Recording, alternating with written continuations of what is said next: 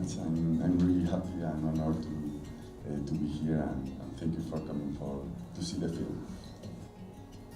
Yeah, these two films, Costa da Morte, Coast of Death, and Lua Vermelha, Red Moon Tide, they are, I see, like the two faces of a coin. You know? In Coast of Death, we were more connected with the reality of the space. It was a more anthropological approach. And in this one, we go to the mystery side, to the hidden side of the moon, we can say, where we go to the myths deeper, and we go to the legend.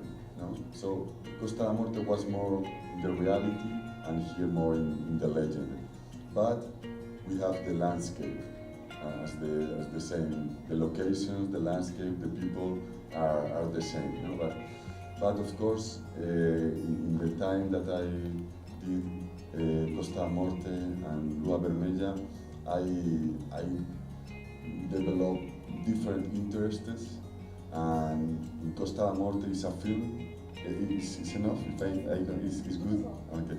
In Costa da Morte, it was a film where I was exploring more the distance in cinema. You know? And we see it's a film that you always see the people very far away, even, and you hear them very closely. No? So it was a work between the distance and the intimacy.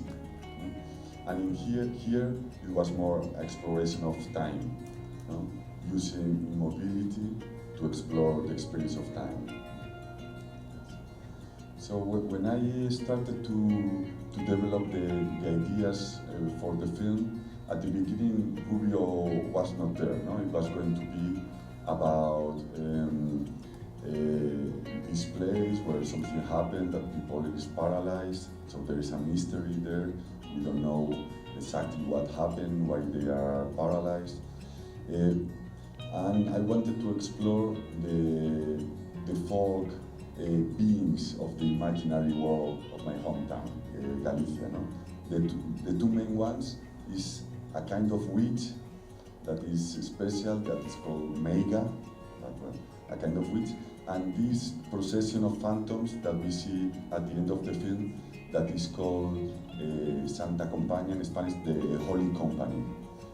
The Holy Company and the witches are the main characters of the imaginary world of my hometown. So the film was going about that, no? Because in my place we have a more quotidianity relationship with death, no?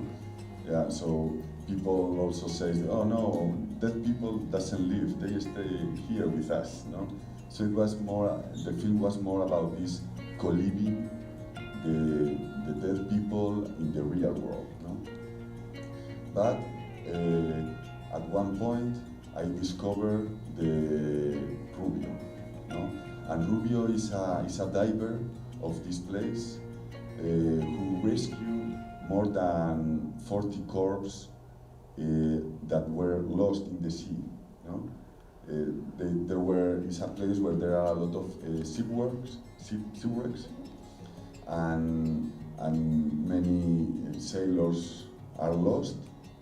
And he knows very well the water of this place, and also he's not, he doesn't care about catching a corpse, no, that is in decomposition.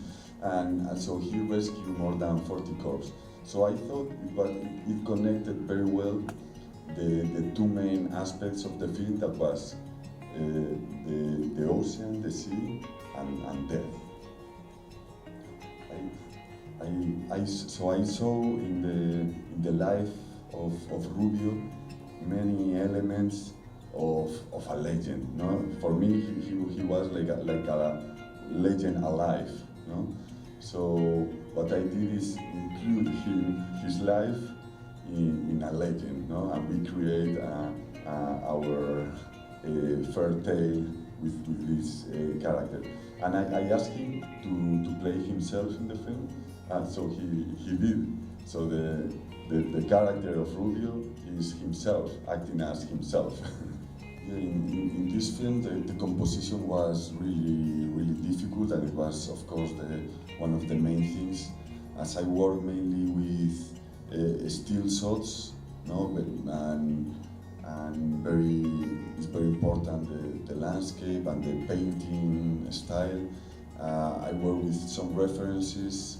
There's one famous painting of Millet, the Angelus of Millet, that is two persons, like in an introspective attitude in the fields in France, you know? And that painting inspired me a lot about the tone and the composition of the film, no?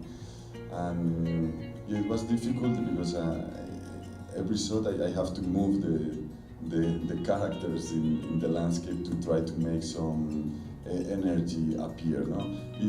My films in general are about the relationship between men and landscape, and how they affect each other, how the human being enters into the landscape, and how the landscape enters into the human being, you know? And I think also I can connect this with the question that was asked before. I think the place where we live, the atmosphere, if you are in a place where it rains all the time, it will affect your personality, it will affect to the atmosphere of the place, no? But well, that's one thing. And the acting or no acting, some people, one critic once said about this film that it's a horror film in slow motion, you know? And that was the idea for me, was to try to explore these different dimensions of time, you know? Breaking the time, the natural time of our quotidianity, and stop it to go to a more transcendental, more spiritual time.